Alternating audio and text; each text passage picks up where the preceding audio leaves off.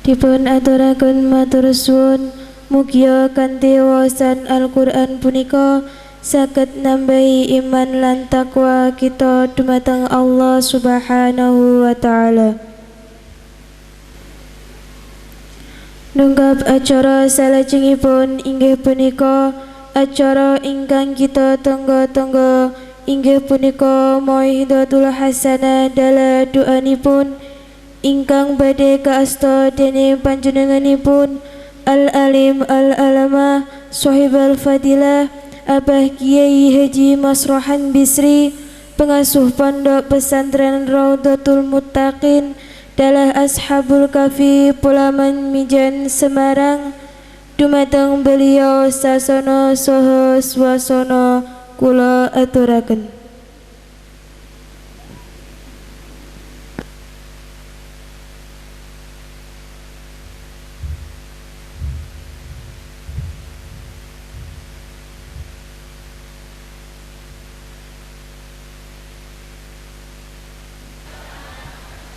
A'udzu billahi minasyaitonir rajim.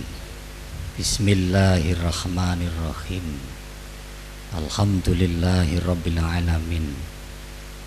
Wa bihi nasta'inu ala umuri dunya waddin. Wassalatu wassalamu ala asrafil anbiya wal mursalin. Sayyidina wa maulana wa habibina wa syafi'ina wa qurrati a'yunina Muhammadin sallallahu alaihi wasallam wa ala alihi wa sahbihi ajma'in. La hawla wa la quwwata illa billahil alil azim. La hawla wa la quwwata illa billahil alil azim. Amma ba'd. Ashabal fadail, para alim, para ulama, al-khassa al-akhos, akhinal karim, saudara Kiai Haji Nur Ahmad yang saya tresnani dan yang saya banggakan, para alim ulama, para kiai, Bapak Kiai Suhaimi, Pak Kiai Haji Suhaimi ada wonten mau kok rawuh teng pundi sakniki napa kondur saha para kiai-kiai sanesipun ingkang boten kula sebat setunggal setunggalipun sedaya ingkang kula mulyakaken, Bapak Camat Mboja, Bapak Dan Ramil, Bapak Kapolsek atau yang mewakili yang saya hormati, Bapak-bapak, Ibu-ibu, hadirin-hadirat tamu undangan, khususnya para wali santri Pondok Pesantren Nurul Ikhlas ingkang kula hormati. Dalam kesempatan yang baik dan penuh barokah menika, pertama monggo kita sareng-sareng bersyukur wonten ngasaten Allah Subhanahu wa taala atas rahmah, nikmah dan hidayahnya. Alhamdulillah kula dalah panjenengan sedaya saged berkumpul bermuajahah di majelis yang penuh barokah menika dengan tanpa halangan satu apapun. Para rawuh, bapak-bapak, ibu-ibu, hadirin hadirat, adanallah wa iyyakum. Saderengipun kula maparaken punapa ingkang berkaitan kalian haflah akhir sana, ada satu nek-nek hati saya yang perlu saya sampaikan, khususnya pada pengasuh Pondok Pesantren Nurul Islah Pilang Mboja ini, bahwa beliau niku ngajak ngundang kula kapurih ngisi pengawasan dalam akhir sana seperti ini itu hampir setiap tahun ya, awet awal ngantos sekarang yang ke-12 saya baru bisa memenuhi undangan beliau. Awet keranten pada waktu-waktu itu kula khusus ya konsentrasi ke internal pondok pesantren. Ada beberapa garapan yang harus kami selesaikan dulu. baru kami insya Allah ya, keluar ya, keluar termasuk pada saat niki, dan termasuk mungkin sebagian hadirin hadirat kalau dino Jumat atau Senin mungkin sering membaca Quran di Suara Merdeka, di Tribun, di Jawa Pos. Saya menulis di situ, dan insya Allah Jumat besok juga dalam rangka Hari Diknas saya menulis. Jadi yang langganan silahkan beli, silahkan ambil. Jumatnya itu Tribun, insya Allah Seninnya itu Jawa Pos. Judulnya Hardiknas, sejarah pendidikan nasional, kemudian arti pendidikan nasional, fungsi pendidikan nasional, arah dan tujuan pendidikan nasional. Bisa seperti itu. Janji kula nek wis internal pondok saya siap untuk nyambi ya cara saya. Karena utama saya adalah sebagai khotim pondok pesantren yang tadi disebut-sebut oleh protokol, oleh pengasuh, Raudhul Muttaqin dan Ashabul Kahfi. Salah satunya yang saat malam ini saya sangat terharu, panjenenganipun Akhinal Karim Kiai Haji Nur Ahmad itu, Bapak Ibu sekalian wali santri, itu rencang saya di pondok pesantren Raudhul Muttaqin, awit alit ngantos kundur pikantuk Mbak Mardi, Mbak sini nyong lali, Mbak Marmiati ya, Mbak Marmiati seorang hafidhah juga dari Raudhul Muttaqin. Jadi kedua-duanya itu teman yang mukhalif di pondok pesantren lebih dari 10 tahun, sehingga kula ajeng maju niku rada katelen. Saya tidak menyangka dan tidak mengira, karena pada waktu beliau ya di pondok pesantren Muttaqin ya saya tahu persis ya, karena dari A, B, C sampai Z-nya. Ya alhamdulillah saya ikut bersyukur pada Allah, bangga sekaligus beban ya, bahwa Akhinal Karim Kiai Haji Nur Ahmad di sini mampu mengembangkan ilmu pengetahuan yang telah diperolehnya di pondok pesantren Raudhul Muttaqin. Saya kira tidak di mana-mana, awet cilik lah. Nah, kelihatannya dari SD sampai kundur niku enggar. Sekali lagi saya bersyukur pada Allah Subhanahu wa taala. Semoga apa yang menjadi tujuan dan himmahnya Kiai Nur Ahmad dalam hal ini adalah pengembangan pesantren Nurul Ikhlas ini senantiasa terus berkembang dan manfaat barokah dunya ngantos dunya akhirat. Amin. Allahumma. Rawuh bapak-bapak, ibu-ibu sedaya kang kula hormati, secara cukup meriah dalu menika pengajian dalam rangka haflah akhir sanah yang ke-12 ya. Haflah akhir sanah yang ke-12 atau cara cah sekolah wasana warsa akhir tahun. Ing dalem akhir sanah menika sudah barang tentu kula ingkang dipun tunjuk agar supaya sekedar memberikan mau'izatul hasanah kata protokol tadi, tentu hal yang akan kula sampaikan kaitanipun dengan ilmu. Para rawuh bapak-bapak, ibu-ibu sedaya ingkang kula hormati, ilmu ki apa to? Ilmu ki apa?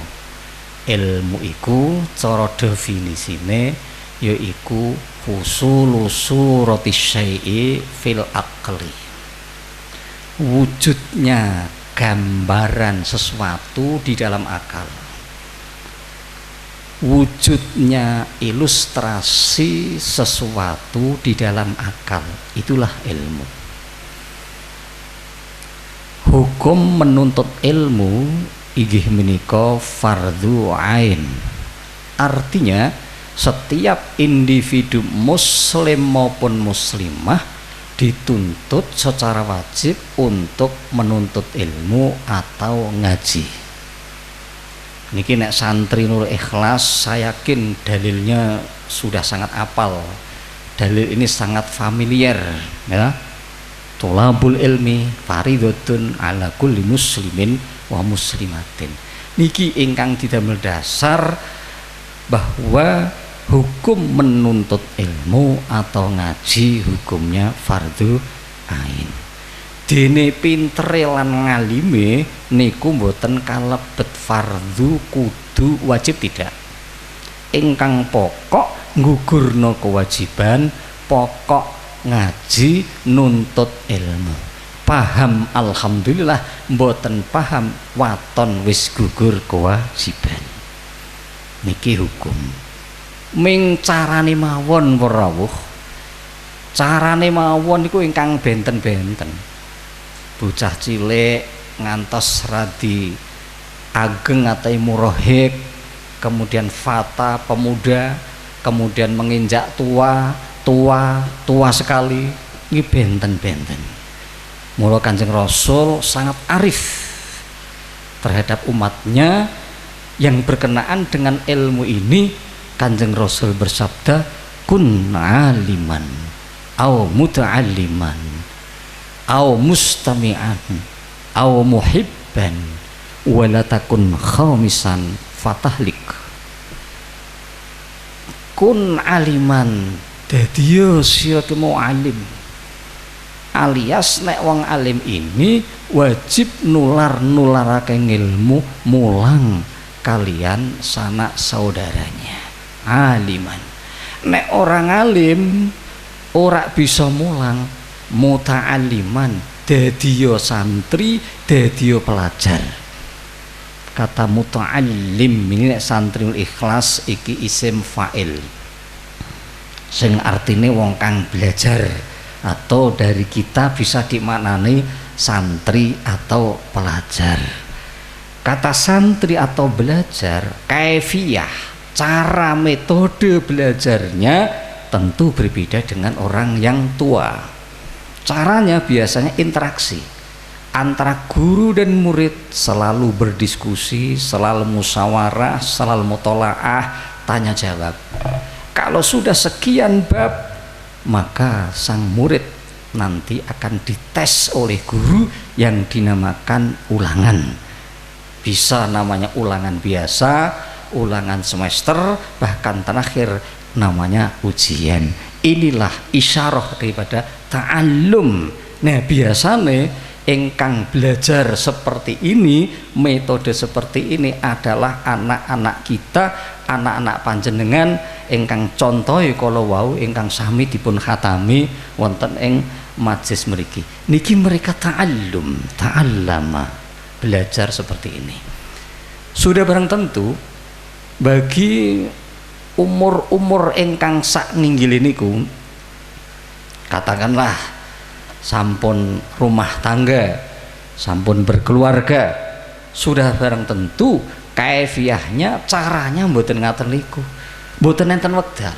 Satu, dua, mereka juga dituntut bagi suaminya untuk menafkahi anak dan istrinya, bagi istrinya juga dituntut untuk mengasuh anak-anaknya dan menjaga keluarganya. Ini kewajiban yang juga tidak boleh ditinggalkan. Ngaji nih ya wajib, nafkah bojo ya wajib, ngasuh anak ya wajib, podo-podo wajib, selevel setingkat, tidak boleh dikalahkan antara satu dengan yang lain. Oleh karenanya Kanjeng Nabi dawe au mustami'an, kowe ngrungokno, cara wong tuwa ngaji kuping. Napa Bu?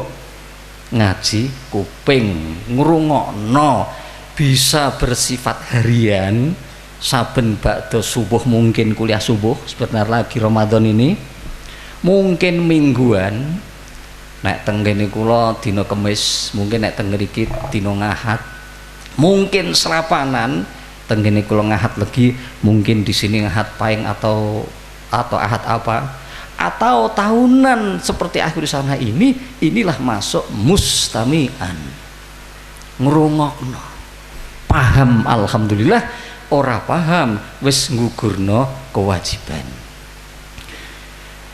Mboten saged ngaten, jangankan ya berangkat ke pondok pesantren, ke masjid, mlaku saka kamar teng kamar mandi mon gemeter ndredeg mergo pun sepah sanget, atau mungkin karena keadaan sakit. Kanjeng Nabi bijaksana sekali. Au muhibban, kowe seneng. Seneng apa? Seneng ngaji, seneng ulama, seneng santri, seneng kiai. Dong-donge si aku ki banget pingine gembul kanca-kanca begembul kanca kancane pengen majelis takliman nek dina Ahad, nek dina Jumat kepengin tahlilan. Ning kepriye yo wong mlaku mawon nanggon saka kamar tidur ke kamar mandi dendrodok, jangankan masjid, masuk golongan muhibban, cinta, seneng ngaji. Pesen Nabi wala takun khomisan, kowe aja dadi golongane wong sing nomor 5. Wong sing nomor 5 kuwi sing endi? Siji mboten alim tidak, muta'alliman nyantri sekolah mboten, mustami'an melu kemisan ngahatan lamaran lapanan mboten, seneng mboten, balik sengit.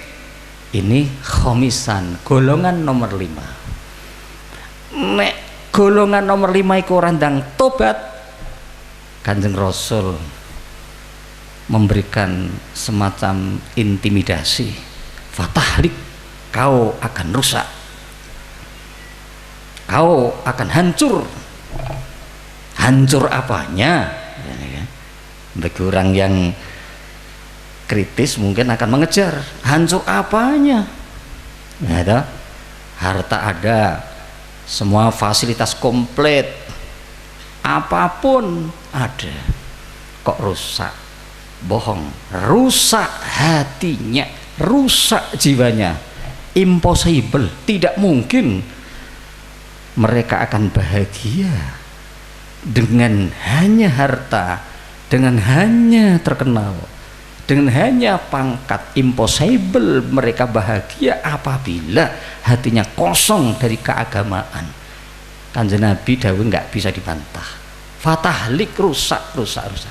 Oleh karena itu saking arah menika kula anjuraken monggo para bapak, para ibu wali santri, anak-anak panjenengan do dilebokno mondok, do dilebokno sekolah. Panjenengan dhewe aja mengakon-akon tok, panjenengan juga bergabung. Nek sekolah mondok ora mungkin nggih. Wektune, usiane, pikirane pun boten mungkin. Masuk yang mustamian. Nek wis sepuh ngoten nika mlaku ngoten ungkuk-ungkuk ngoten nika wis ora kuat, masuk muhiban, aja masuk sing nomor 5 ndak rusak.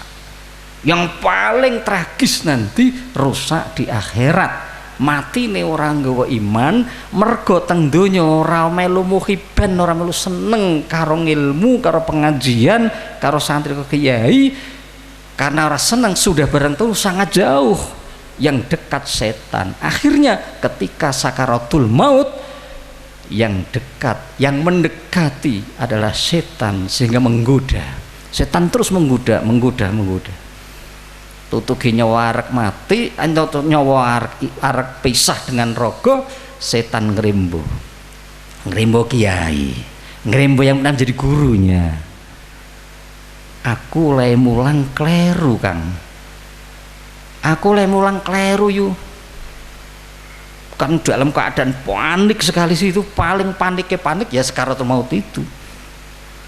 Gusti Allah ku ra siji, Gusti Allah loro, Gusti Allah kita telu. Kaya sing nek kowe krungu nang kono-kono kae, Tuhan tu 3 tidak 1. Aku kleru oleh mulang kowe, Tuhan telu ya. Mantuk hati nam iya kan lap. Ini matinya su'ul hatimah, naudzubillah min. Akibat daripada tidak masuk salah satu golongan di antara 4, masuk golongan nomor 5, implek negatifnya amat sangat luar biasa. Celakanya tidak akan bisa ditebus dunia dan seisinya karena matinya su'ul khatimah, naudzubillah min. Salajengipun murawuh, kenapa kenging nopo ngilmu niku kok Kanjeng Nabi wajib. Kanjeng Nabi majibake umat Islam agar supaya menuntut ilmu. paling tidak enten 3 alasan perawuh. Ingkang nomor setunggal, sebab ilmu itu aslu amril ibadah wa malakuhu lane enten alife ki maknane saka ilmu iku dadi asaling ibadah, pokok ibadah perawuh. Tegese maksudi kalau seseorang itu beribadah tanpa ilmu, pasti ibadahnya tidak akan benar dan baik menurut syariat. Sebaliknya, ibadah yang disertai dengan ilmu, ngerti ngilmune, insya Allah benar dan baik menurut syariah. Simple. Makna daripada asal ibadah, pokok ibadah itu ialah di mana seseorang itu apabila beribadah tanpa ilmu, contoh sholat tanpa ilmu, ora ngerti syaratnya sholat, ora ngerti rukune sholat, ora ngerti batale sholat dan seterusnya, pokoknya waton sholat pasti sholat itu tidak baik menurut syariat agama. Tapi sakwangsulipun menawi tiang kala wau salatipun ngangge ngilmu salat, syaratnya salat nonton pinten Bu? Santri ini Kiai Nur Ahmad pasti hafal ya, atau lali dan sekawan ya. Suci saking hadas, alit lan nagang, kemudian mancing waktu, kemudian nutupi aurat.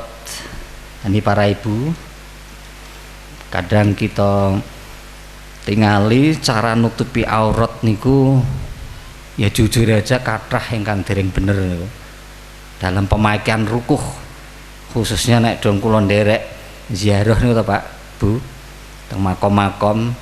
Saya melihat sebagian ibu tapi nggak sengaja, karena misal teng Kudus, teng Demak kan campur ngoten sehingga kan begitu natap sekolah kan weruh. Nah, weruh jamaah. Loh, kayak kok do ngono wae. Kula niku dilematis Pak Bu. Dilematis aja bingung ya. Arek ndelikke darai keminter kemaki, ora dilikke kae ora sah. Bagaimana? Nggo rukuh kuwi seharusnya niki dagu niki masuk aurat nek wong wadon. Lah niki seharusnya ditutup. Kamangka mereka pada umumnya nek nggo rukuh niku mboten ditutup ngrikine, ditekan kene iki tok. Nah, kene iki tok. Akhirnya kene iki ketok. Ini jelas tidak sah karena ini masuk aurat perawuh. Masuk aurat niki. Lanjur kudune pripun? Dicantolno nggon mriki niki. Niki kan barise aurat. Niki kan nggon dagu batase kan teng mriki niki. Niki munggah niki wajah, medun niki wau masuk dagu. Bagi wong wadon niki aurat. Ini orang ilmu wis pokok teko ngrukuh. Nah, oleh karena itu saya mumpung kesempatan bertemu ibu-ibu wali santri jamaah pilang ini, lewat ini kula motaken. Ngoten Bu nggih? Ngerti mutaken. Jadi niki termasuk auratnya perempuan. Orang mengibu bapak-bapak ini malu nanggung dosa. Panjenengan wani garwa dadi suami, kalau istri panjenengan ibadahnya niku mboten kena, suami ikut nanggung dosa. Jadi mboten njur nafsi-nafsi, ada kaitannya. Itu salah satu bagian kewajiban wong kakung terhadap wong wadon, ibadah kudu bener. Mula nek neng pengajian bapak-bapak malah terima kasih lah, orang malah menging, malah terima kasih. Matur nuwun saya dibantu, aku serasa ngaji, untuk orang waktune ada pengajian, didorong seharusnya seperti itu, mboten malah dindondo. Ini contoh ilmu, bahwa ilmu itu merupakan pokok daripada ibadah. Ibadah tanpa ilmu para bapak para ibu mardudatun la tuqbalu, ditolak dan tidak diterima. Jadi ibadahnya sia-sia, tidak akan dapat pahala, tidak akan mendapatkan balasan dari Allah, tidak akan jadi wasilah kenikmatan besok di akhirat. Naudzubillah min. Oleh karena itu saking arah menika saya tandaskan, monggo sing sregep ngaji ora ming putrane tok, ning tolong tiang sepai uga sregep ngaji, ming kaifiyahe carane sing beda. Nek anak nganggo sistem ta'allum, nek tiang sepah nganggo istima atawi mendengarkan. Setunggal nomor kalih warawuh, kenapa Kanjeng Nabi mewajibkan umatnya untuk menuntut ilmu? Inggih menika karena ilmu itu qaidatul khairat. Ilmu itu nuntun marang pirang-pirang amal kebaikan. Ilmu itu menghantarkan seseorang yang punya ilmu akan memiliki akhlakul karimah, memiliki akhlak mulia, noble moral, memiliki akhlak mulia. Impossible, tidak mungkin ya orang yang akhlaknya mulia itu bodoh. Orang yang akhlak mulia insya Allah terdorong dengan ilmu yang dimilikinya. Ilmu yang telah dimilikinya itu diaplikasikan, diimplementasikan, diamalkan, di samping untuk pokok ibadah juga untuk membina keakhlakan sehingga orang tersebut nggadai akhlak yang namanya akhlakul karimah, akhlak sing mulya, di mana akhlakul karimah ini merupakan parameter tolak ukur seseorang ku baik dan tidaknya. Jadi apik lan botene tiyang niku wau diukur sangka akhlakipun. Bagaimana kepada orang tua, ngabekti kalih wong tua napa mboten, bagaimana bergaul di tengah-tengah masyarakat, bagaimana menghadapi orang yang kaya, bagaimana orang kaya menghadapi orang miskin. Sedaya itu kawengku wonten ingkang namipun akhlak.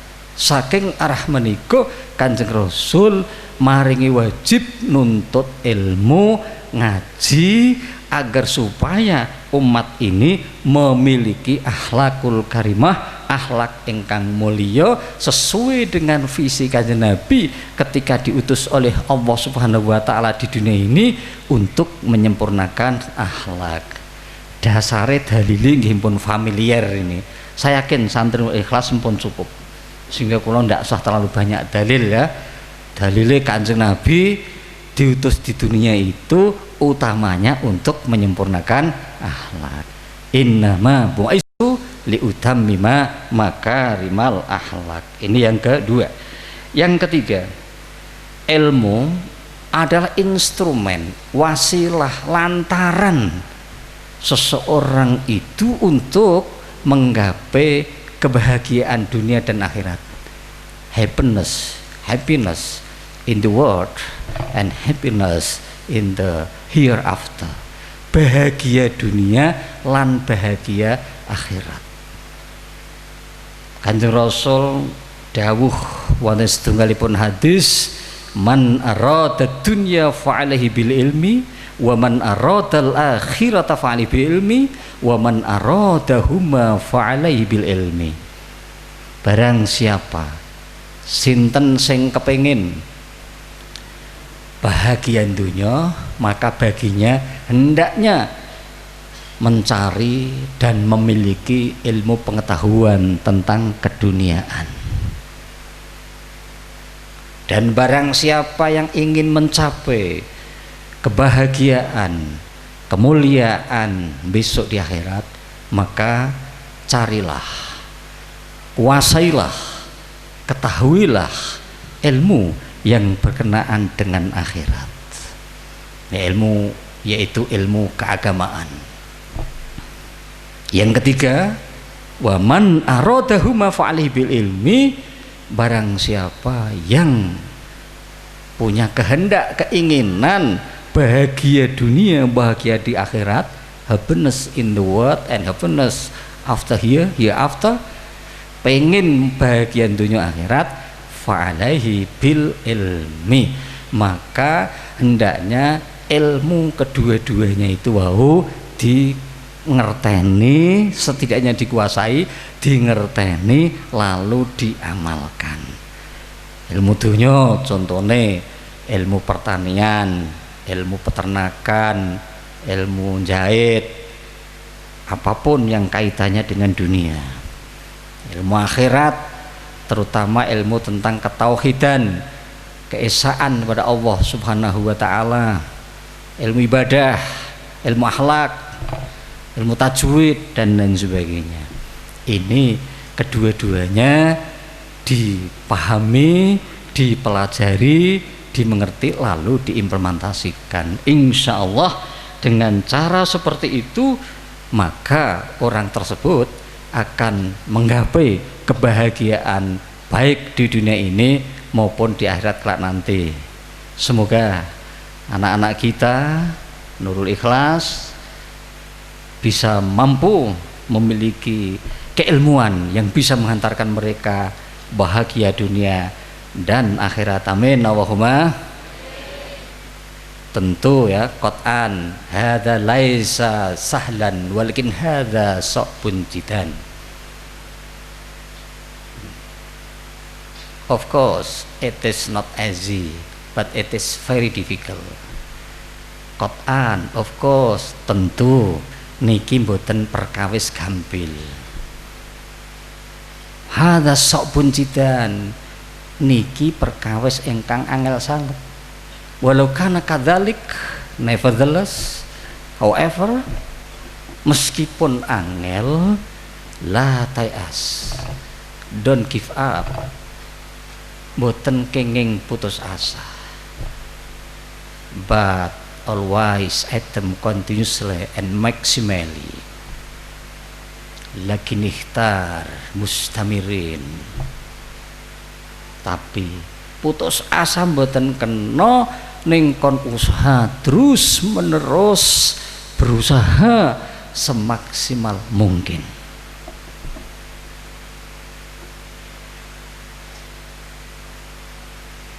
It is not only mboten namung niki, tetapi terus dituntut anak-anak niki, I expect to your parent, ikram liwalidayh, mulyakno wong tuwa loro. Mandi-mandine wasilah ki wong tuwane loro, Pak. Lintune sak ngandhape. Wong tuwa kalih niki dadi wasilah sing paling gampang kabule. Tiyang sepah kekalih. Maka kula tadi setelah menjelaskan untuk menggapai kebahagiaan dunia akhirat itu bukan perkara yang mudah, angel banget. Carane kudu usaha terus menerus ya. Di samping iku hendaknya selalu ta'zim, hormat, ikram kepada kedua orang tuanya, baik kedua orang tuanya itu masih sugeng di dunia ini maupun sampun meninggal dunia. Gawe wasilah dongane niku mandi. Di samping itu always pray to God Allah Subhanahu wa taala, the most important of the praying on long day 5 times. Di samping itu selalu berdoa kepada Allah Subhanahu wa taala. Terutama setelah sholat fardu yang sehari semalam tuh 5 times, 5 waktu. Gansal udah. Terus menerus insyaallah ya. So Allah give them the guidance until they are able to accept the lesson from their teacher smoothly, sehingga Allah Subhanahu wa ta'ala memberikan guidance, petunjuk and blessing dan berkah bagi mereka para santri-santri Nurul Ikhlas ini, sehingga mereka mampu menerima dan menelaah ilmu-ilmu yang diberikan oleh para guru dan ustadznya di pondok ini. Insya Allah dengan cara seperti ini anak ini akan diberi kemudahan oleh Allah Subhanahu wa taala untuk menggapai kebahagiaan dunia dan akhirat. Mboten namung niki tok, mboten namung niki tok rawuh. tadi tengajeng kula pun matur tidak mudah untuk menggapai kebahagiaan dunia akhirat. Untuk itu usaha, doa dan seterusnya. Sekarang apa to usahane niku wau? Carane priye to usaha niku wau? Usahane wonten kalih. Siji bersifat dohir. Kathah rawuh kiat-kiat untuk menggapai kesuksesan dunia dan akhirat. Dalam hal ini bihadhil halah, dalam hal ini inggih menika tentang keilmuan, ilmu yang manfaat, ilmu mubarak, useful knowledge, ilmu yang bermanfaat. Kiat-kiate prigi, carane pripun? Monggo para santri khususnya nih panjenengan semak ilmu itu terdiri dari 3 huruf, yaitu ain, jenengan angen-angen, loro lam, telu mim. Ain ini berharokat kasroh, lam ini berharokat sukun mati, mim berharokat dhammah. Ini mengandung falsafah yang amik, ini mengandung falsafah yang dalam. Inggih menika nedahaken bahwa pelajar santri siapapun untuk menjadi orang sukses, orang yang bahagia dunia dan akhirat tidak bisa dengan cara instan, nggak bisa. Harus melalui proses yang lama, panjang, melelahkan, menyakitkan, memilukan, dan yang tidak enak-enak itu. Itulah namanya proses. Oleh karenanya santri hendaknya kalau ingin sukses sampeyan kudu anuta falsafah yang ada di dalam huruf ain, yaitu kasroh. Ibu bapak, kasroh ki manggone nang ngandhap potang inggil. Tengandap nggih, mboten tenginggil nggih, tengandap. Ain, ilmu, tengandap. Ini menunjukkan bahwa santri pelajar harus siap berada di bawah dulu. Di bawah apa? Satu, di bawah peraturan, tata tertib dan undang-undang madrasah atau pondok pesantren. Maksudnya prigi? Maksudnya mereka harus taat, tunduk patuh terhadap peraturan-peraturan yang telah ditentukan oleh pondok pesantren, di mana panjenengan mungkin sebelum masuk, sebelum memantapkan diri di pondok pesantren yang jenengan pilih, mungkin panjenengan sampun mempelajari aturan, tata tertib dan undang-undang. Sanggup masuk? Tidak, tentu ya milih yang lain. Kalau sudah benar-benar masuk, berarti dituntut secara wajib panjenengan konsekuensi, yaitu mengikuti aturan-aturan yang telah ada. Ini wajib santri. Tanpa ini impossible ilmu akan berkah. Harus tunduk patuh dengan peraturan yang ada. Yang kedua, sanggup di bawah kiai dan para pembantunya. Kiai pengasuh pondok dan para pembantunya, dalam ini para ustadz dan para pengurus pondok. Ini harus sanggup. Dalam artian hendaknya apabila diperintah oleh kiai, ustadz dan pengurus, sepanjang perintah itu tidak maksiat, maka hukumnya wajib bagi santri atau pelajar untuk mengikuti dan mentaatinya. 2. Jadi asor dalam arti seperti itu. Yang ketiga, asor dalam arti sanggup menerima hal-hal yang dereng enak, mboten nyekecakaken. Cobaan misal ini sudah menjadi rahasia umum, nek santri pondok iki rono rene umume gudigen nggih, santri ikhlas juga gudigen, bener leres. Nah nek bener makanya tak buktikan, itu pun umum. Ono semacam legendaris ya, santri ki urung pati-pati dadi kiai, dadi wong mulya yen nek ning pondok urung gudigen. Kula mbiyen nggih awal nyantri kaya-kaya ora percaya ran mamang Pak. Mamang. Masya Allah Pak, ternyata legenda itu cukup terbukti Pak. Saya itu di pondok paling banyak cobaan di antara teman-teman saya. Salah satu cobaan yang tidak pernah hampir setiap tahun ada di saya yang namanya gudik itu. Nggih, mula santri pondok terkenal nggo klambi lengan dawa kan padune nggo nutupi gudike nggon tangan. Gitu longko to santri pondok nggo klambi cekak, nggo klambi dawa, mergo kanan kiri do kathah gudike. Do sarungan, mergo daerah kaki juga banyak gudiknya. Sebab nek nggo celana niku mangke malah ngeplek ora karuan. Mula kathah do nggo sarung. Ini katanya orang seperti itu. Pada waktu itu kula mboten percaya. Ternyata betul ya. Masya Allah. Kula mengenang di pondok gudik sing ndang nemplek teng kono gede Pak, teng kanan, teng kiri. Sampai kula mangkat madrasah ngoten Pak. Nek pulang nggih, nek mangkatno esuk nek mulih kan radi awan, sumuke pol. Kula nek mlaku kados kaya ajeng latihan mabur niku.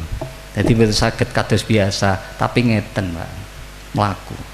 Nek ana wong rada gaya, nek ora ana ngeten. Mergo ngopo? Niki nek ditemplekke perih lan guatil mboten kanten-kantenan karena keringetan. Inilah ujian. Nah, santri yang ketiga siap menerima hal-hal yang asor, hal-hal yang rendah. Tapi hal yang asor dan rendah ini sebagai batu loncatan untuk menggapai kemuliaan masa depan. Hati ngoten niku, itu rasa kaget, rasa bingung. Bapak Ibu wali santri ndak usah risau. Lho iki piye to nang tak pondokake kok malah awakmu kaya ngono burik ra karo-karuan. Ora usah. Husnul aja kan jadi orang besar ini, ngoten ya. Jadi wong manfaat ini. Ya, itu pun umum ya, Pak Bu nggih. Ora malah gresah, malah rasa kakan gresah. Didik anak itu yang mandiri, didik anak itu supaya menjadi anak yang cengeng, tapi anak yang gentleman. Ben gudiken ndak apa-apa, ben saiki nosek ora apa-apa, tapi besok akan mulia. Allahumma. Ini harus asor sih. Yang kedua berawuh, hendaknya santri sesuai dengan falsafah yang ada pada huruf lam itu, yaitu sukun. Sukun itu nama lain apa Pak? Sukun nama lain apa? Mati, bener ya, mati. Ini nedahaken, nunjukaken bahwa pelajar, santri, wali santri, orang tua, guru, kiai, semua harus berjuang mati-matian. Jangan setengah hati, alias sungguh-sungguh kenteng. Sungguh-sungguh itu kan nama lain mati-matian, jadi nggak setengah hati. Bener-bener berjuang yang sungguh-sungguh. Gelem sanggup rekoso dhisik. Rawuh santri pelajar iki nek nuntut ilmu akeh rekasane, insyaallah ke depan akeh manfaatipun. Banyak dawuh-dawuh tenggen taklim atau tenggen makalah-makalah rawuh ing antawisipun wonten makalah mekaten manfaatul ngilmi biqadri ta'ab. Manfaate ngilmu ku tergantung rekasane. Dadi nek rekasane akeh, mbuh rekoso karena memang riyadhah, mbuh rekoso karena khidmah, mbuh rekoso karena cobaan seperti tadi gudiken, loronan dan sebagainya rekoso. Dadi rekoso karena riyadhah, poso Senin Kamis atau poso dan sebagainya, tapi harus berijazah gurunya. Atau mungkin karena khidmah, di mana pondok menuntut khidmah umpama, atau riyadhah ora, khidmah ora, datang langsung dari Allah seperti loronan, gudigenan, belenan, pokoke loro-loro ya, rekoso asal khusnudan nang Gusti Allah. Ini insya Allah besok manfaat ilmu luweh kathah. Manfaatul ngilmi biqadri ta'ab. Manfaat ilmu tergantung rekasane. Dalam dawuh sanesipun biqadri ma tata'anna tanalu ma tatamanna. Seberapa kamu rekoso, seberapa kamu kangelan, kowe besok akan memperoleh sesuatu yang kamu inginkan tergantung kepada kangelanmu ketika kamu mencari. Dalam hal ini ketika kamu di pondok pesantren. Eling niki kula eling saudara Ustadz Nur Ahmad Warawuh tengajeng pun kula aturaken, dia adalah teman mukhalid saya di pondok pesantren. Saya tahu persis ya bahwa apa yang dilakukan dia sampai saiki dereng enten sing niru, Pak. Kula sering nggih contoh. Itu Kiai Nur Ahmad bilang itu ketika di pondok pesantren, dia berani berjuang mati-matian. Kalau urusan pesantren dia sungguh-sungguh betul. Dalam segi ibadahnya saya tahu tuh, kula sering dalu-dalu tuh keliling, Pak. Ngelilingi teng musola, teng kamar, di mana dia selalu berada di musola, sedang tahajud, sedang sholat. Yang lain ngleketer kabeh. Dia sholat. Ini tak buka rahasianya beliau mengapa seperti ini, untuk membuktikan bahwa rekoso itu kedepannya akan mulia. Tidak hanya itu, Pak, dia sering membantu saya baik di bidang peraturan maupun di bidang gawean. Jujur aja nih, bidang peraturan itu kan pada waktu itu di pondoknya Ustadz Nur Ahmad katanya di pondok hukumnya wajib jamaah. Jamaah wajib, nah orang didenda 500 saat itu. Sekarang di Ashabul Kahfi dan Runtakin sudah naik dendanya 3.000 per satu waktu. Bahwa itu kok buak kok karu-karuan kayak kan ribuan di sana itu kan. Jadi mboten ya ana ramot ya seneng ngon telite seneng ngon gunung ndak karu-karuan itu. Wajib, Pak, itu. Kalau tidak santri kena hukuman membaca istighfar 10 sampai seperempat jam sambil mengacungkan tangan ke atas. Astagfirullahaladzim, astagfirullahaladzim, astagfirullahaladzim sampai ngacung ke atas ini. Itu hukumannya. Kalau nggak mau itu dia kena ghoromah maliyah, dia kena denda selama 3.000 rupiah. Pada waktu Ustadz Nur Ahmad di pondok baru 500 rupiah. Dia setelah tahajud kalau ngertos dia adzan, meskipun suaranya gak pate apik ya. Iya, gak pate apik dulu. Mbah ana saiki ya. Pun sekolah, pun belajar apik ya. Tapi saya salutnya bukan suaranya, kentengnya dan istiqomahnya. Dia nggugahi kanca-kancane bantu saya, ayem kula.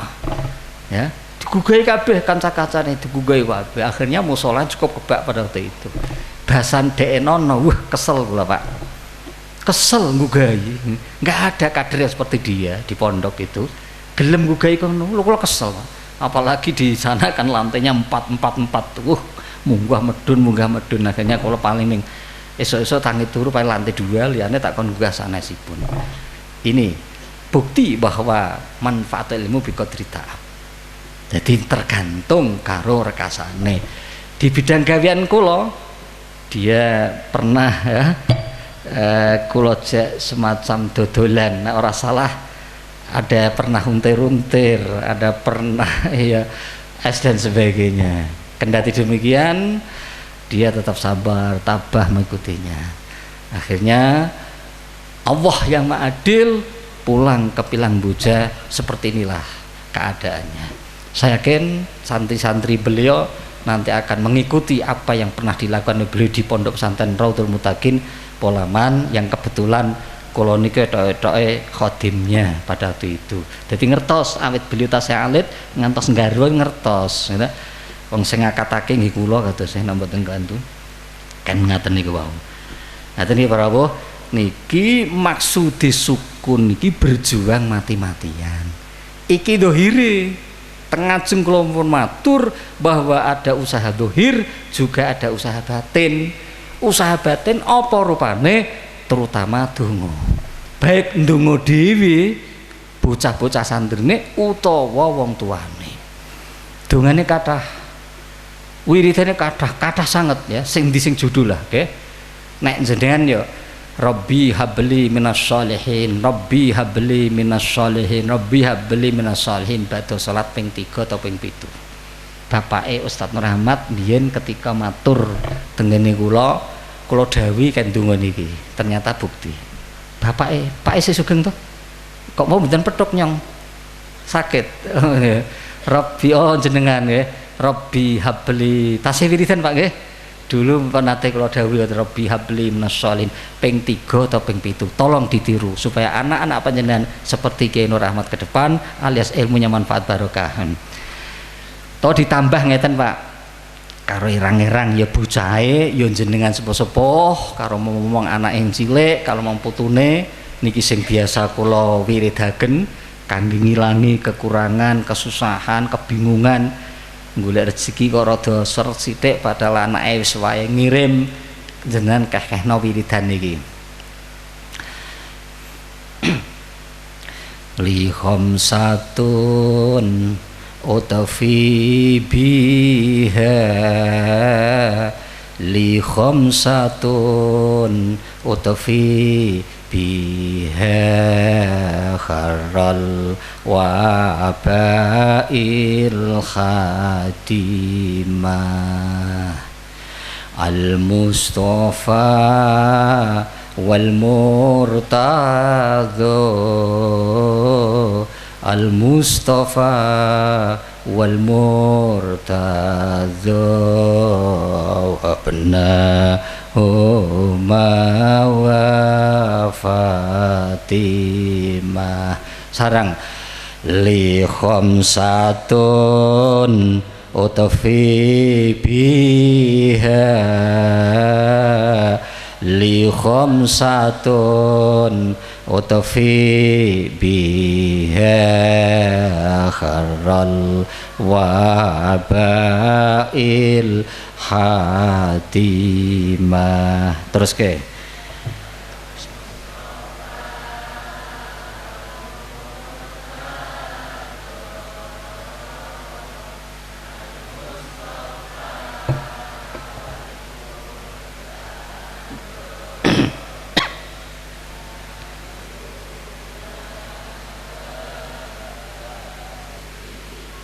malih men lanyah li khamsatun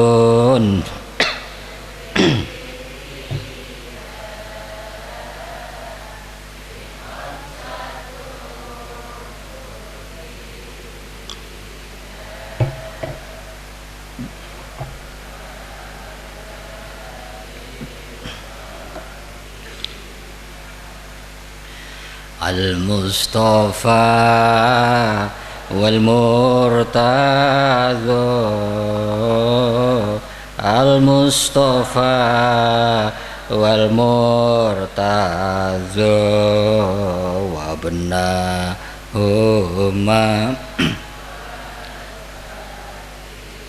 Ibu ampun khotimah ya. Khotimah itu pungkasan, hatimah yang artinya mencekam. Nah, hatimah mencekam, balak yang mencekam.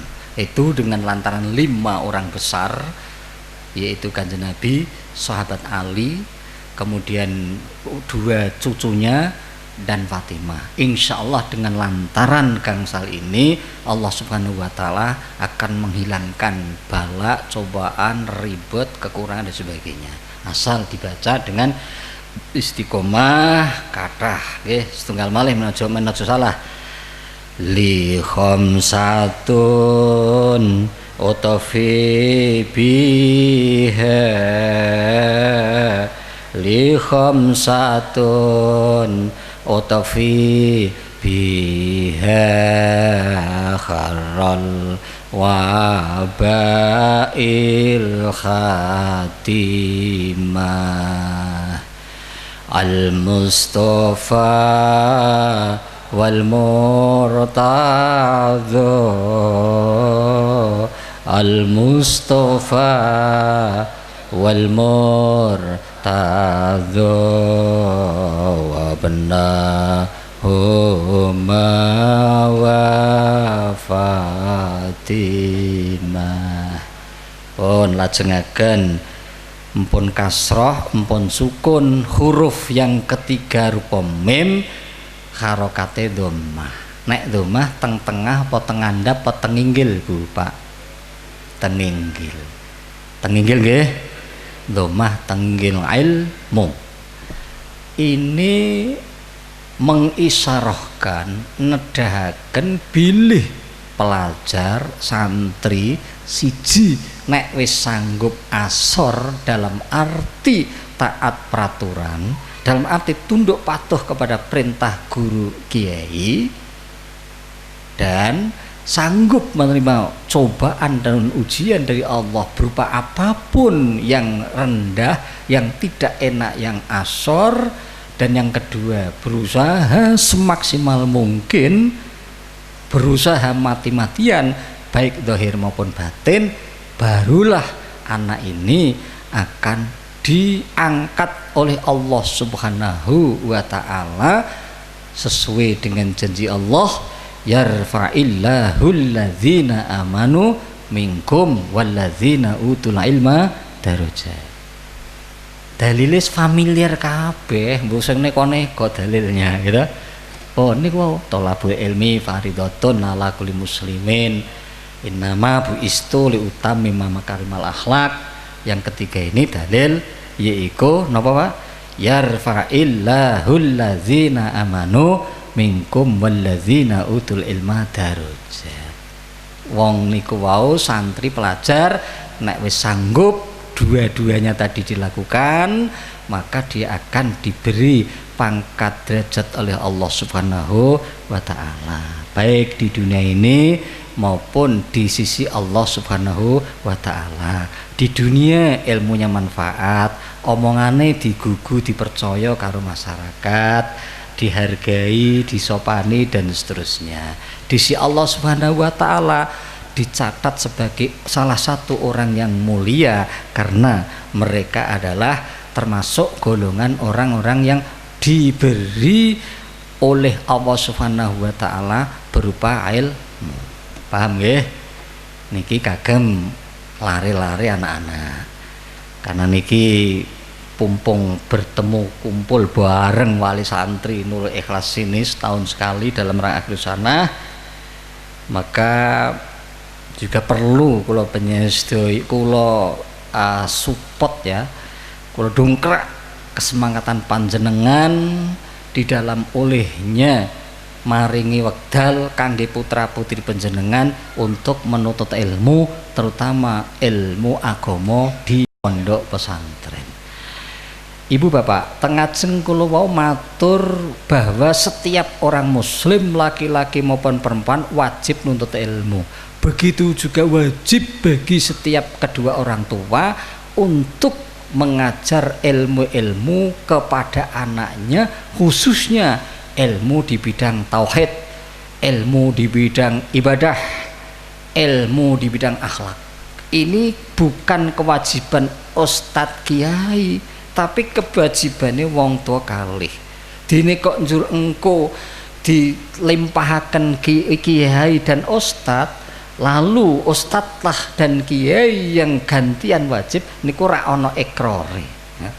Ana tembunge, ana ikrare. Ning hakikat yang diwajibkan oleh agama bukan ustadz dan kiai, tapi masing-masing orang tua yang memiliki anak. Paham Pak Bu nggih?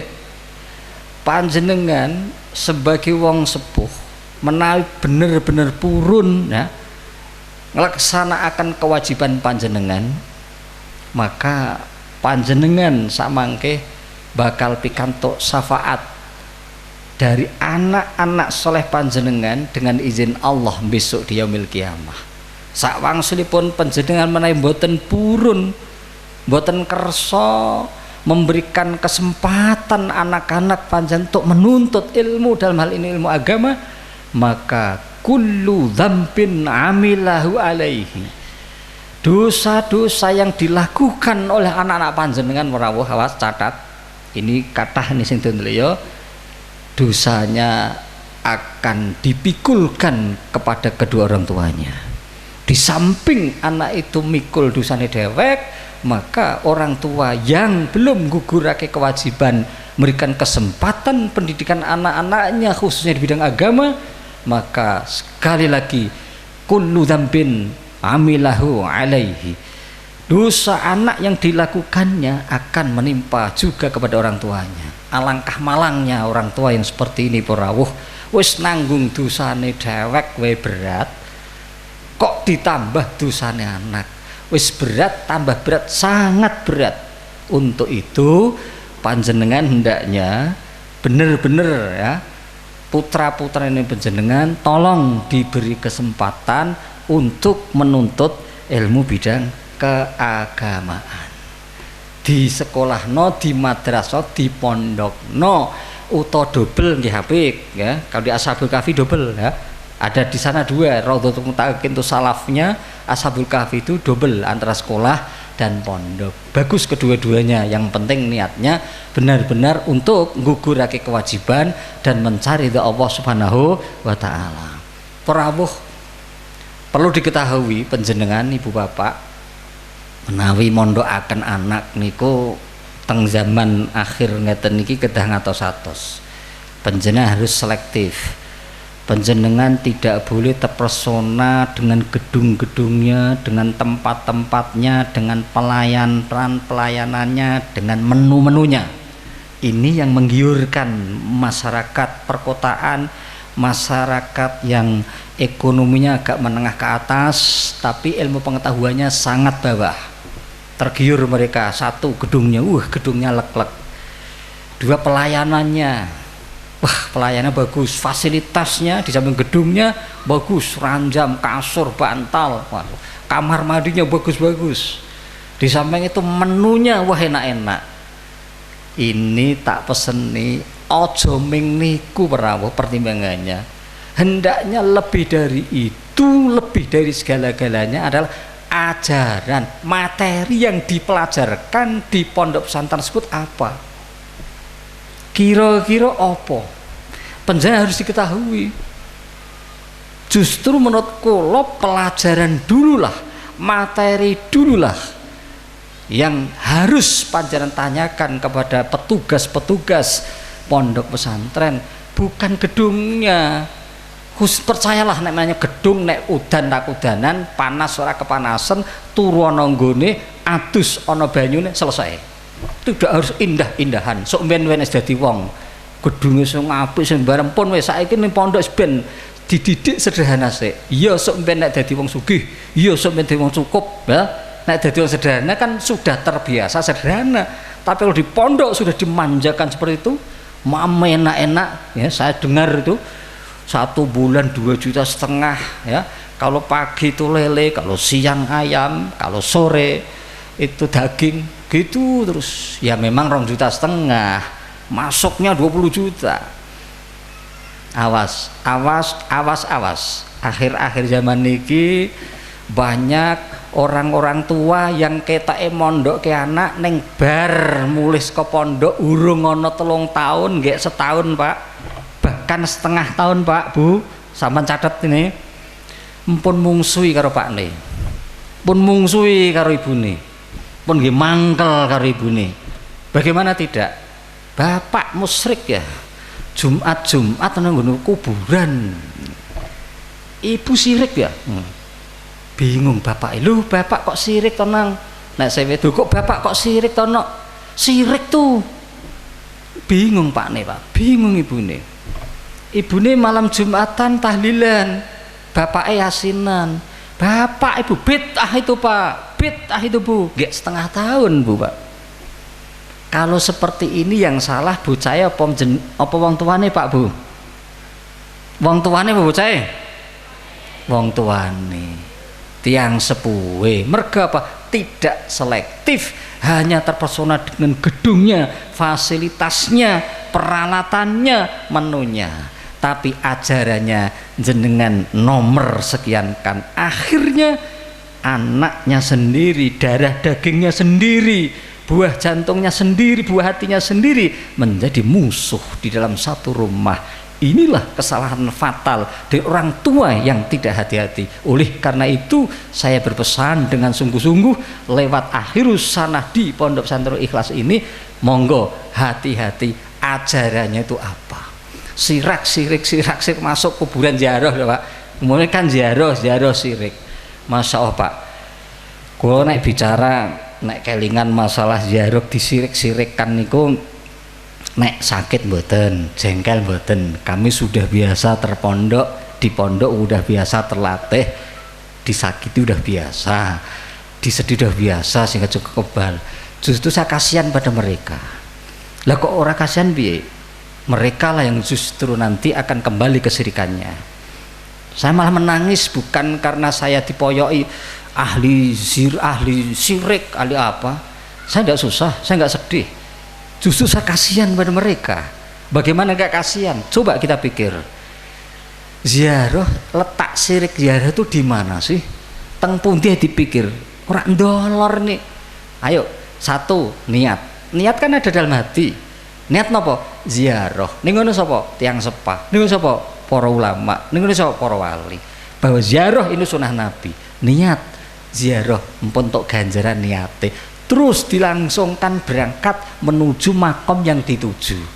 Pun tekan makom biasanya lungguh bareng-bareng teng sekitar makom yang dituju. Misal Sunan Kalijogo teng sekitare, Sunan Kudus teng sekitare dan lain sebagainya. Bakda lungguh nek jamaah biasanya Pak Imam mimpun mulai ngajak wirid, ngajak bacaan-bacaan yang bacaan itu sama sekali tidak menyimpang dari Quran dan hadis.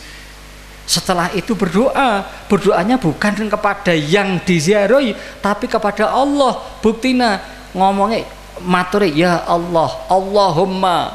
Nah santri Nurul Ikhlas itu Allahumma itu podo ya Allah. Al-mim al-musyaddadah iwadun an ya inida. Mim yang dituju itu gantian daripada ya anida. Jadi ngucapke ya Allah sama dengan Allahumma. Bukan ya wali, ya Sunan Kalijogo, berilah aku rezeki, berilah anak saya. Tidak seperti itu. Tapi ya Allah, ya Allah, ya Allah, ya Allah, Allahumma, Allahumma. Mana letak syiriknya? Setelah rampung berdoa kepada Allah Subhanahu wa taala, pergi mendekati makom menuju ke bisnya masing-masing. Coba dipikir, mana syiriknya? Titik syiriknya itu di mana? Jadi asal tuduh aja. Justru kita nggak susah orang nggak ahli sini, melas. Apalagi anak-anak yang baru aja semester pertama, semester kedua 1 tahun udah berani mensirik-sirikan kedua orang tua. Sungguh anak durhaka semacam ini. Naudzubillah min, percuma orang mondokake anak yang semacam ini. Cek mikir dong, mana letak siriknya? Bid'ah itu apa sih artinya? Gitu. Bid'ah itu kemodelan, sesuatu yang di zaman Nabi belum ada, adanya setelah Nabi bid'ah. Tapi ulama sepakat bahwa bid'ah itu dibagi dua, bid'ah hasanah dan bid'ah sayyi'ah. Bid'ah hasanah itu bid'ah yang tidak melanggar aturan-aturan syariat agama, dan bid'ah sayyi'ah adalah sesuatu yang tidak sesuai dengan agama, itu namanya bid'ah sayyi'ah. Ini ajaran ahli sunnah wal jamaah. Lalu kalau semua itu dibid'ahkan, itu gimana? Wong mereka yang sering bid'ahkan itu ya biasa mengadakan kegiatan-kegiatan. Apakah kegiatan-kegiatan itu di zaman Nabi ada? Enggak ada. Kenapa kamu adakan? Kamu tuh pikirannya gimana? Awake dhewe dibake dhewe. Ya kena kabeh ini. Nah inilah. Masya Allah. Ini akhir-akhir seperti ini. Pengajian hafal akhir usanu zaman Nabi enggak ada. Adanya kan akhir-akhir ini zaman Wali Songo seperti ini, pondok-pondok ini, wow. Iya bid'ah betul bid'ah, tapi bukan bid'ah yang didolalah, bukan bid'ah dolalah. Lah kok ada kullu bid'ah dolalah, wa kullu finnar. Kullun yang awal itu, cara santri sing wis ngaji balaghah niku kullun bimakna ba'd. Kullun bimakna sebagian. Kullu bid'ah sebagian bid'ah. Jadi bukan kulun terus apa niku wau sekabehane ndak, tapi kulun bid'ah. Ini kalau nggak salah namanya majaz. Kadang-kadang orang-orang seperti itu maknane sak penake dewek perawuh. Kayak maknane simahum fi wujuhim min asari sujud.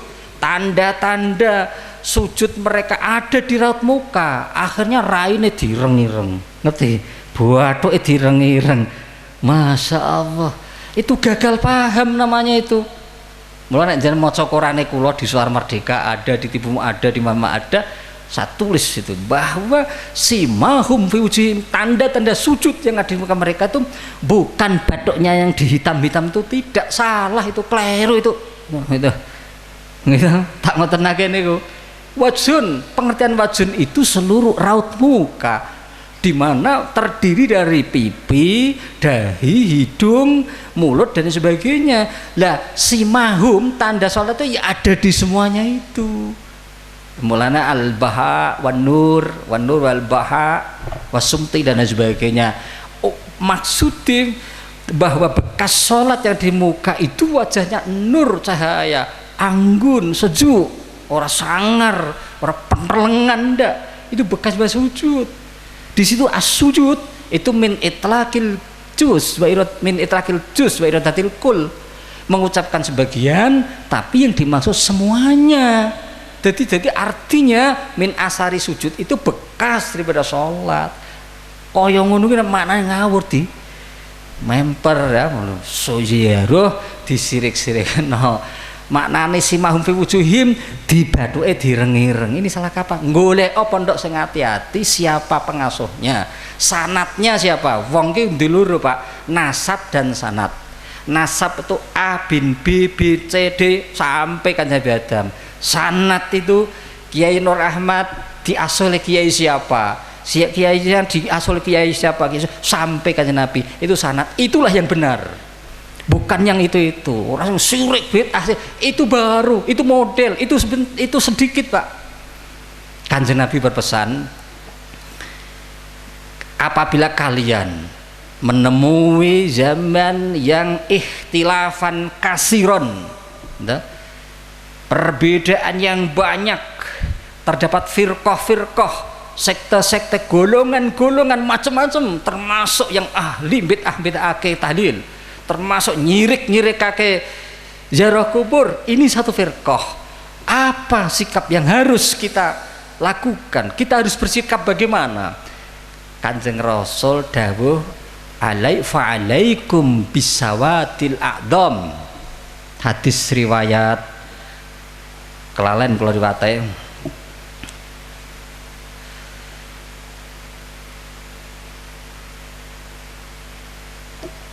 Imam Ibnu Majah dan Tobroni Pak. Fa'alaikum bisawadil a'dham. Kowe meluwa golongan sing mayoritas, sing akeh.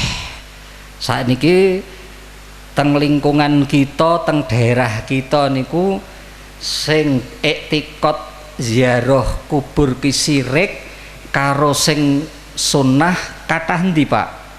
Kathah sing sirik kepada sing sunnah. Sing sirik jajal ngacunga wong sing rawuh. Ndak ada. Ibu sing rumangsa nek ziarah kubur sirik ngacunga. Enten mboten? Berarti 100% jamaah yang ada di sini iktikad bahwa ziarah kubur sunnah, sama dengan yang bicara. Berarti sidik kan? Kita lebar. Kira-kira kecamatan Bojoki sing iktikad ziarah kubur sunnah karo sing sirik kathah ndi Pak? Kira-kira cara pemilu menang ndi? Sunnah. Melebar ke Kabupaten Kendal, akeh sing sirik apa akeh sing sunnah? Teh sunnah. Melebar Jateng, sunnah. Melebar Indonesia, sunnah. Buktinya setiap hari wali-wali songo rame, gitu, rame.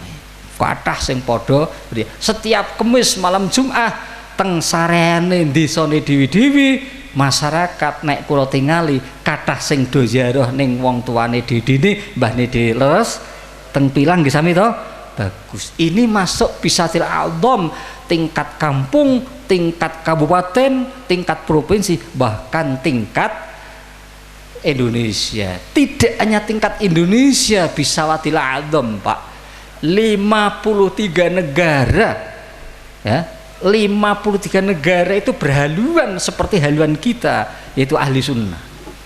Seluruh negara juga ziarah teng orang-orang besar sana. Salah satunya yang terkenal yaitu Syekh Tijani, yang torekohnya ada di Indonesia juga, namun tidak begitu terkenal, tidak begitu kuatah. Itu kiainya pusatnya ada di Maroko, tepatnya di kota Fes, dekat dengan Universitas Qarawiyun, universitas tertua di dunia, dekat dengan orang yang mengarang Jurmiyah, itu dari sana itu. Jurumiyah itu Maroko. Nah, Alfiyah itu Spanyol, yang sekarang Spanyol dua Andalusia. Di kota dekat Granada gitu. Dekat Granada. Ada ahli fikih dari situ dan Granadi. Nah, ada juga di situ di Spanyol sekarang. Itu ulama besar tafsir namanya Imam Qurtubi, itu hanya Cordoba, masjidnya gede banget, memuat 40.000 jamaah saat itu, berarti masjid terbesar dunia kala itu. Terus sekarang masih, tapi di katedral di gereja gitu, karena pun boten Islam malih itu Spanyol. Nah, teng kota Fes ada ulama besar diziarahi Pak, padahal mereka mayoritas Imam Malik. Nah, awak di Indonesia mayoritas Imam Syafi'i Pak. Kula terkenang pada waktu kula sholat duhur mampir di masjid, ya, jamaah sama masyarakat Maroko kota situ. Kula masuk ke ruang wudhu Pak, terkejut sekali saya. Ada Pak sibur-sibur ya, ember-ember kecil loh. Nah, ciling-ciling loh. Akih karo kran ki cuma dua, siji kono. Lah kula kan rongak-rongok. Aku namatake wong kono njiko kono si separo kene separo. Oh jebul kono kuwi sing adem kene sing anget. Ketika itu musim dingin, gitu. Wah, lah iki aku ora iso iki Imam Syafi'i ra iso aku ngene. Akhirnya saya nembung karo petugase nganggo cara Jawane, "Pak, saya adalah orang Syafi'iyah, anak as-Syafi'iyah. Aku wong Syafi'iyah, aku nek wudu kok ngono gak bisa. Bolehkah aku wudu ala Syafi'iyah?" Boleh cara Jawane ngoten niku. Akhirnya aku wudu nganggo sing ngadem kuwi Pak. Lah dilematis ngombe sing wudu sing panas ora wani, panase banget, ngombe sing mertotolen banget. Dua pilihan, pilih sing adem. Niku senajan adem, senajana apa menika mertotolen. Artinya meskipun mayoritas masyarakat Islam Maroko Mat Maliki, tapi ziarah kubur tetap ada seperti di Indonesia. Itu ziarah ziarah persis Imam Syafi'i. Ojo kaget tenan. Saya sudah pernah buktikan mboten ming jarene pun mriko kalau 11 negara dari 53-an niku paling ndak udah saya kunjungi untuk dibuktikan bahwa mereka adalah haluannya seperti kita. Cuma mazhabnya yang beda. Itu yang di Maroko. Oh, di Oman Pak, di yang tempatnya Ashabul Kahfi itu di negara mana itu? Yordan sama Pak, tempat Ashabul Kahfi rame dikunjungi. Beda juga di makamnya Nabi Syu'aib. Nabi Syu'aib kan di Yordan itu rame Pak. Di makamnya Nabi Soleh rame Pak. Di makamnya Nabi Ibrahim Palestina Hebron rame Pak. Gitu. Saya kurang no mereka.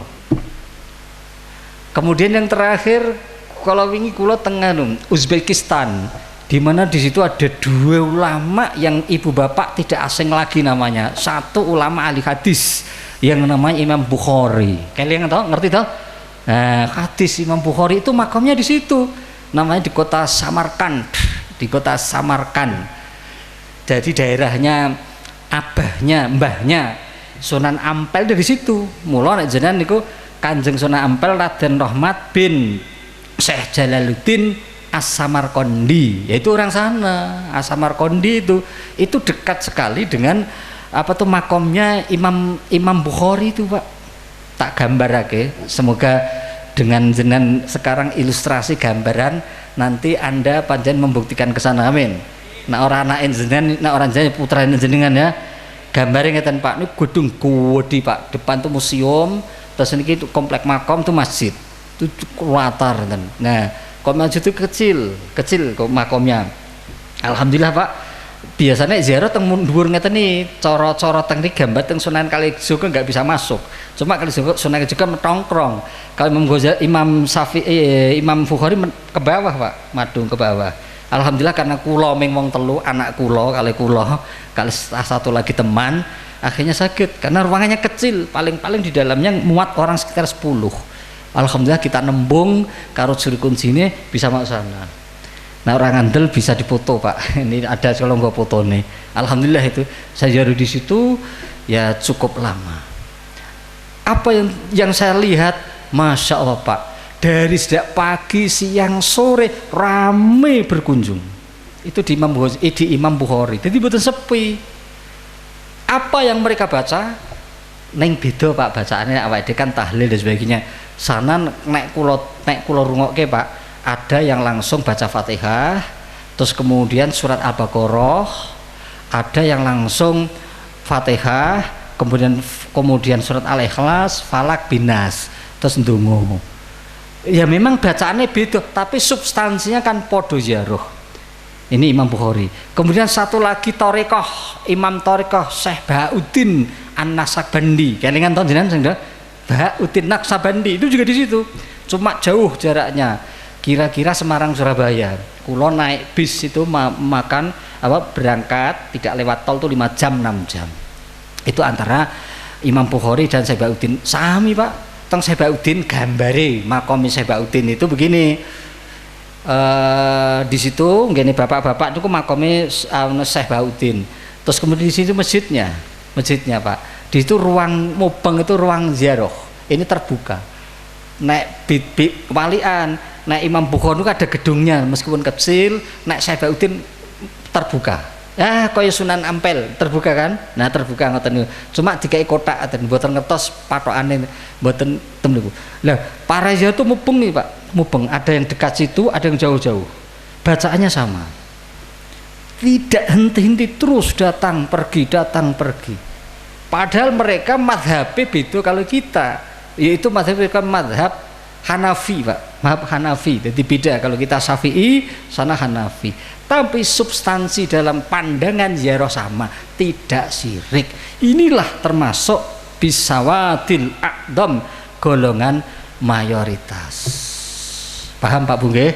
Jadi tolong nek mondokke anak aja ming siji ndelok gedunge, ndelok pelayananane, ndelok fasilitase, ndelok menune, lebih dari 4 itu delok ajarane ahli sunnah wal jamaah atau luar itu. Nek luar itu nek panjenengan kepengin netepi dawuh Kanjeng Nabi, alaikum bisunnati wa sunnati khulafai rasyidin, yang disebut ahli sunnah wal jamaah itu, ya tolong cari yang lain, cari yang tidak mensirik-sirikkan, yang tidak membid'ah-bid'ahkan kepada orang tuanya. Setuju?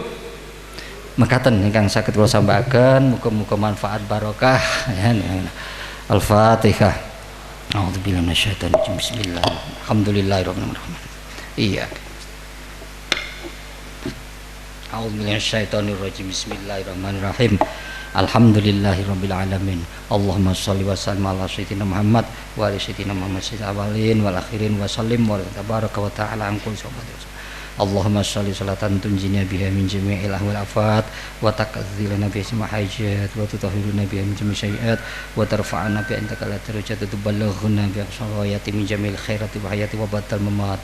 Allahumma akhrijna min dhulumatil wahmi wa akrimna bi fahmi waftalana bima'rifatil ilmi wa syahhil lana abwaba fadlika ya arhamar rahimin. Allahumma nawwir qulubana kama nawwarta baina qulubil anbiya'i wal mursalin birahmatika ya arhamar rahimin. Allahumma fil li dhunubi wa li walidayya warhamhum kama rabbayani Allahumma fil lana dhunubana wa li walidayya sigara salihin. Allahumma ij'al hadzal mahad ma'atat nurul ikhlas ma'atan amirun nafi'an mubarakan salim yamna. Allahumma ja'al hadzal ma'ad ma'atan nurul ikhlas ma'atan amirun nafi'an mubarakan salim yamna. Allahumma ja'al hadzal ma'ad ma'atan nurul ikhlas ma'atan amirun nafi'an mubarakan salim yamna. Allahumma ja'al talamidahu amilina bi ulumihi sholihina wa salimina fid dini wad dunya wal akhirah. Rabbana atina min ladunka maghfirah wa tub 'alaina taubatan nasuha. Rabbana atina min ladunka rahmah wa hab lana min amrina rasyada. Rabbana atina min ladunka istiqomah warzuq lana rizqan.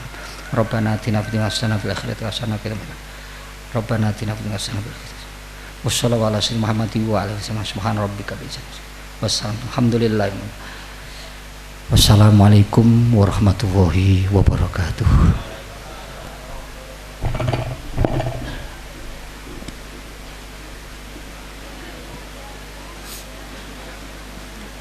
Bapak Ibu hadirin hadirat, mekatenlah acara demi acara sampun kelambah kanthi paripurna. Kaula minangka pembaiki wekdal wiwit awal ngantos akhir kata salah lepatipun nyuwun pangapunten ingkang kathah. Kala akhiri wassalamualaikum warahmatullahi wabarakatuh.